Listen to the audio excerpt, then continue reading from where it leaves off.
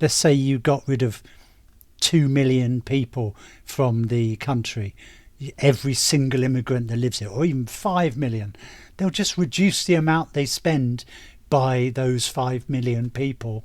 They're not going to suddenly go, oh, brilliant, everybody can have extra benefits now. What's up, YouTube?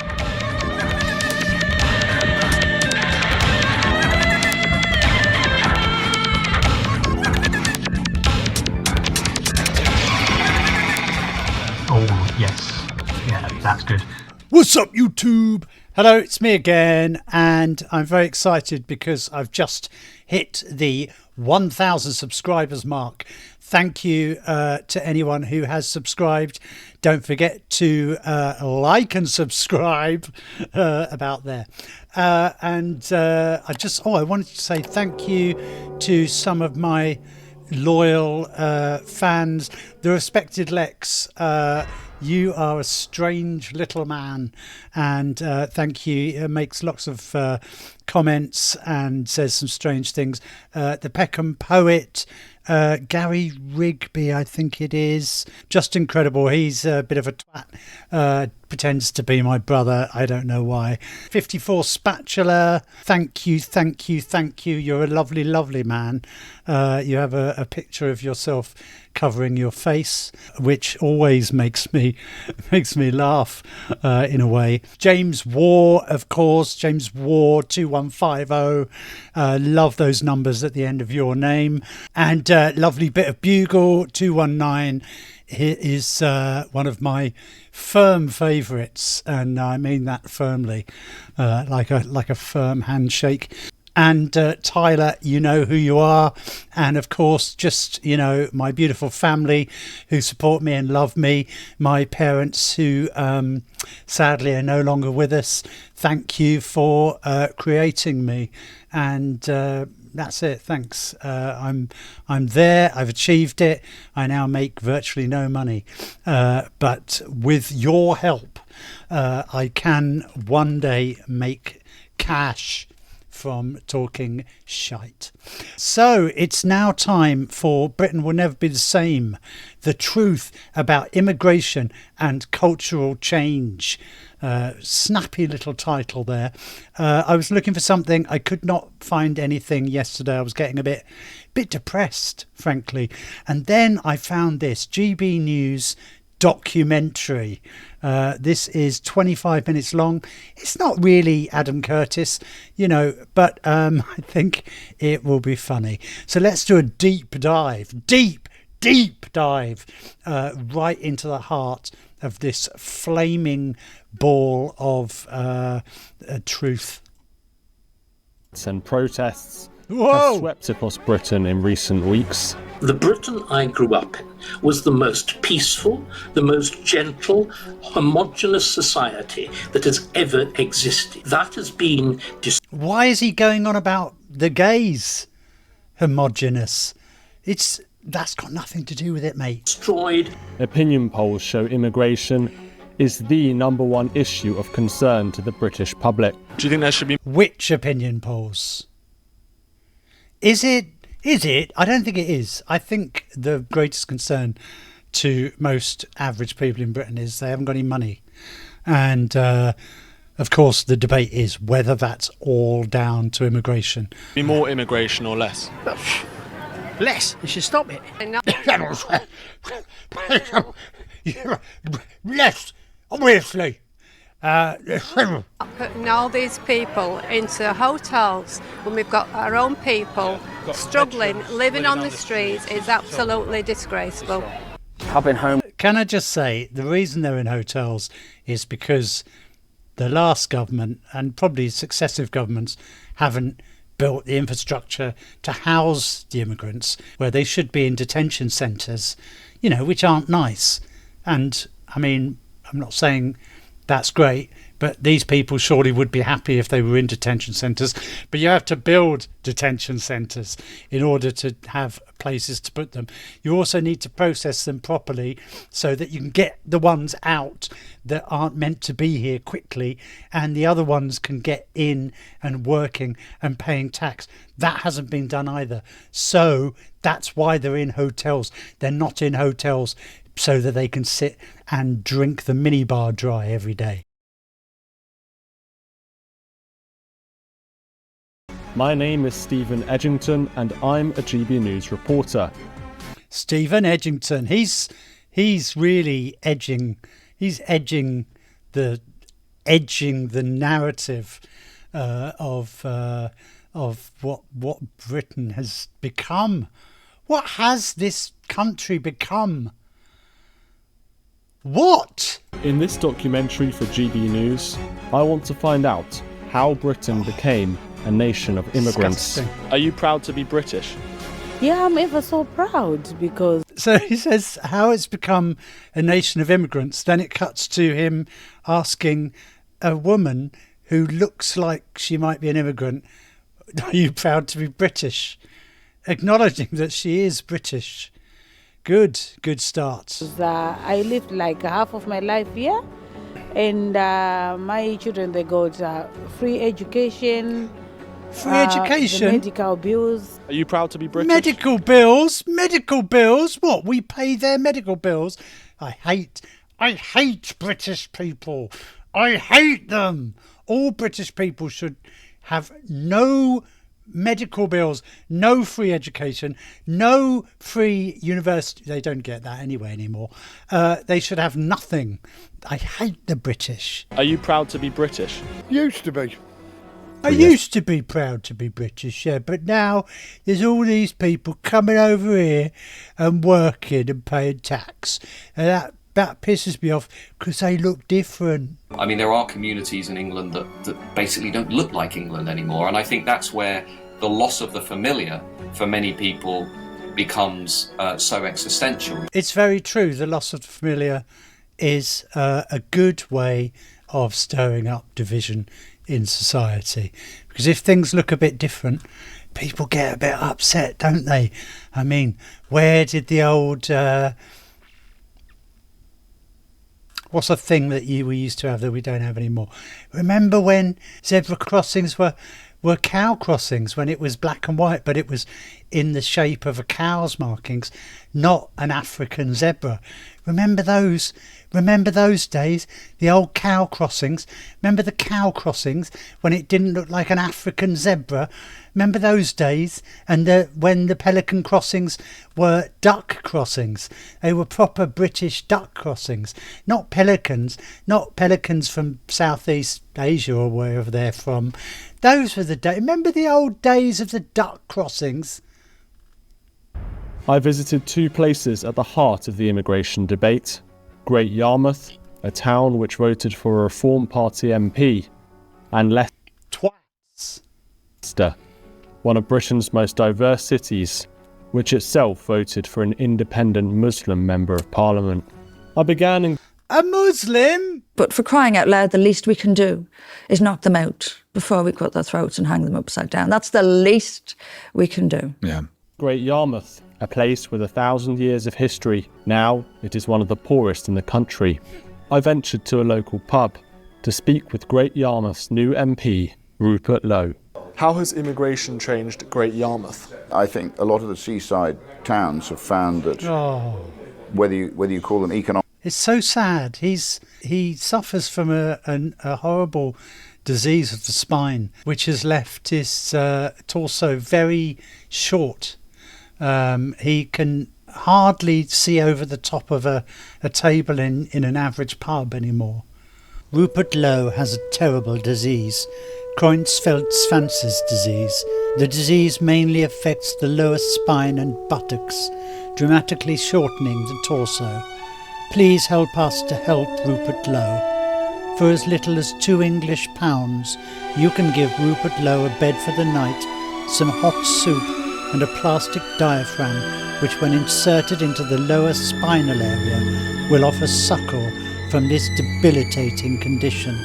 Help us to help Rupert Lowe before it becomes impossible for him to see over average work surfaces in his own home.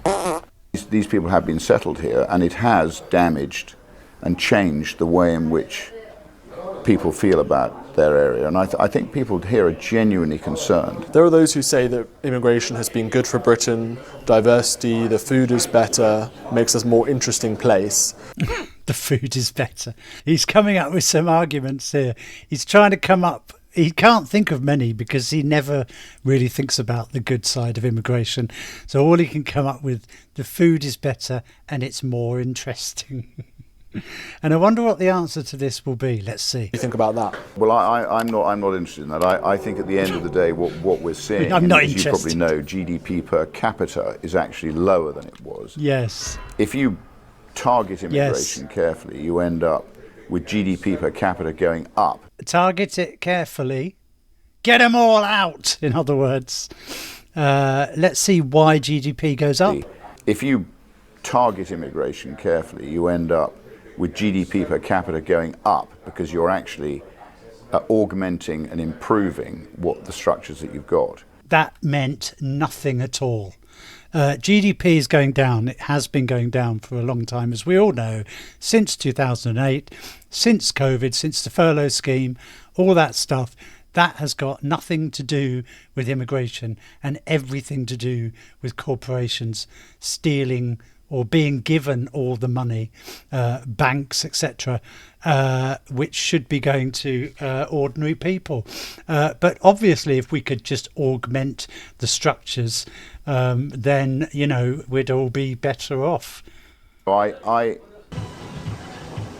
As I said to you, I think we don't know who these people are who are coming in now. A lot of them come in illegally. I don't know who people are all the time when I'm walking down the street, and it does worry me a lot. And that's why when I walk down the street, I stop and get to know every single person I pass. It does mean I can't get more than about 200 yards from my house, and I've been arrested a few times. So a lot of them are young men. A lot of them have a different religion. It's this obsession. What is this obsession with young men? They're all young men. They're all of working age who pay tax. We don't want young men coming over here. We want women and children that have to be educated and need hospital appointments and vaccinations and things, and women who will get pregnant and have more children and will, you know, be going to their GPs and costing the system money. We don't want young men who can work and help the economy. No. But of course the subtext is it's young men coming in to attack us all in our sleep. To the religion that we have here. We don't know what their objective. And what religion do we have here? Basically atheism.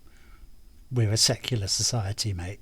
Are because we're not screening them properly, and I think that's extremely dangerous. Now, I have nothing against them. That's you know, if they come here, and I have nothing against them, because we should have a government that manages our borders properly and looks after the interests of the British people above all else.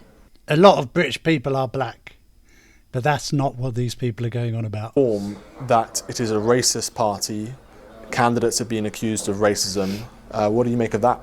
Well, that's rubbish. Rubbish. Rubbish. And if you can find a single example of a UKIP politician who's been racist, then show me right now. Go on, I'm waiting. Directed at the Prime Minister, Rishi Sunak. We got it. What's good is it? If you look at their candidates, there are countless reform candidates that have had to be removed for having links to fascist organisations, like or having been in the British National Party, to supporting Toby Robinson, or for posting Islamophobic stuff on social media. Reform's newest MP. Her first big idea, ban the burqa. Not housing, not the NHS, not tackling poverty.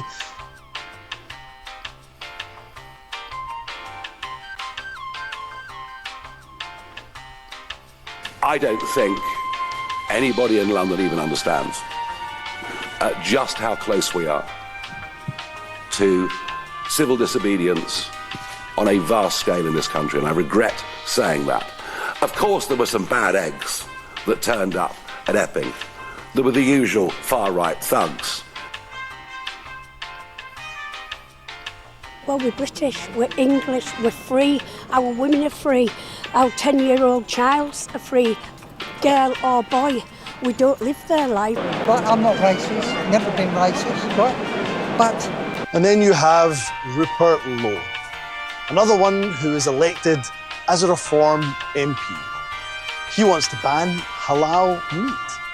No, you don't understand. This is nothing to do with Islamophobia, Rupert tells us. He's doing it because he cares about the welfare of animals. A former party led by Nigel Farage who supports fox hunting. My two daughters have to see and hear Reform people who campaign for Nigel Farage calling me an effing. It hurts and it makes me angry. A picture here of a van with the M-word written on it. Yeah. 2 M-word and a stolen truck. Yeah, I took a photograph of that. That was in Miami. Why did you take the photograph? Because it's funny. Can't you see? It's got funny. It's got caricatures of Zulus there and everything. Our British values and way of life and everything has been going on for centuries and centuries. And all of a sudden now we've got another culture coming in and it's not, we don't want Sharia law. She's posted offensive images of Sadiq Khan and said comments calling him an undercover jihadi were true, something she denies. I don't like the way you've made me out to be a racist. Because Nigel Farage clearly thinks bongo bongo land is a racist phrase, doesn't he? I didn't feel that I'd done anything wrong. I mean, I'm 63 years old. That's the sort of phraseology we used years ago. No unpleasantness in it at all. So it's just a product of being old? They don't want me to use it. I think it probably is, yes. I won't use it again because I don't want to upset my party boss and my party chairman, so I shan't use it again. Look at them leaping over the cars. I made the comparison between them and the baboons at Windsor Safari Park or Longleat. But did you not see how that is an incredibly offensive thing for someone who's standing for public office to I found their say? behaviour incredibly offensive. These are people jumping all over police cars. He keeps kicking off. And the third reason we think they're racist is because this is what Nigel Farage has made a career out of.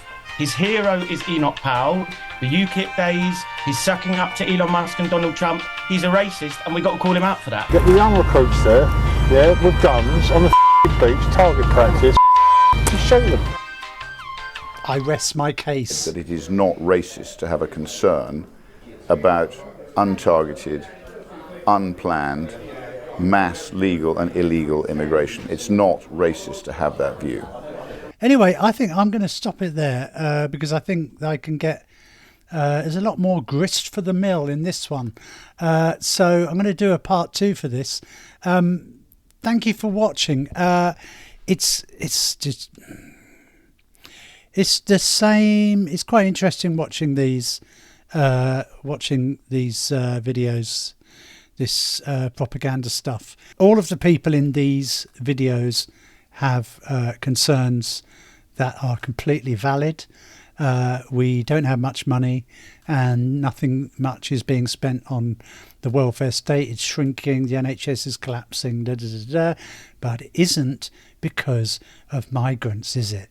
The amount of migrants now, of course, is reducing and will continue to reduce, I'm sure, seeing as nobody can bloody shut up about immigration. I love it when they say we need to have a conversation about immigration. It's like, bloody hell, haven't we had enough conversations? It's endless immigration conversations every bloody time you turn the TV on or put YouTube on. It's all anybody's talking about. It's going to reduce, it's going to keep reducing. It may not be by a huge amount, but it will, obviously. If UKIP get in, it will reduce even further and will probably enter some horrible Trumpian nightmare. And it's not going to make a jot of difference unless you start taxing the mega super wealthy people who have bought all the assets up. And the government has no money. There's a huge deficit. It's this thing called a deficit. They owe more money than they have, and they can't afford any services or infrastructure for the country. Until you sort that out, no amount of sending people home is going to make any difference. And just a final thing to say, it doesn't matter how few, if you got rid of every single immigrant in the UK right now, do you really think the government wouldn't reduce the amount it spends on things? Let's say you got rid of 2 million people from the country, every single immigrant that lives here, or even 5 million, they'll just reduce the amount they spend by those 5 million people. They're not going to suddenly go, oh, brilliant, everybody can have extra benefits now. It's not going to happen, is it? Anyway, thank you, and don't nobody go nowhere. Part 2 coming soon.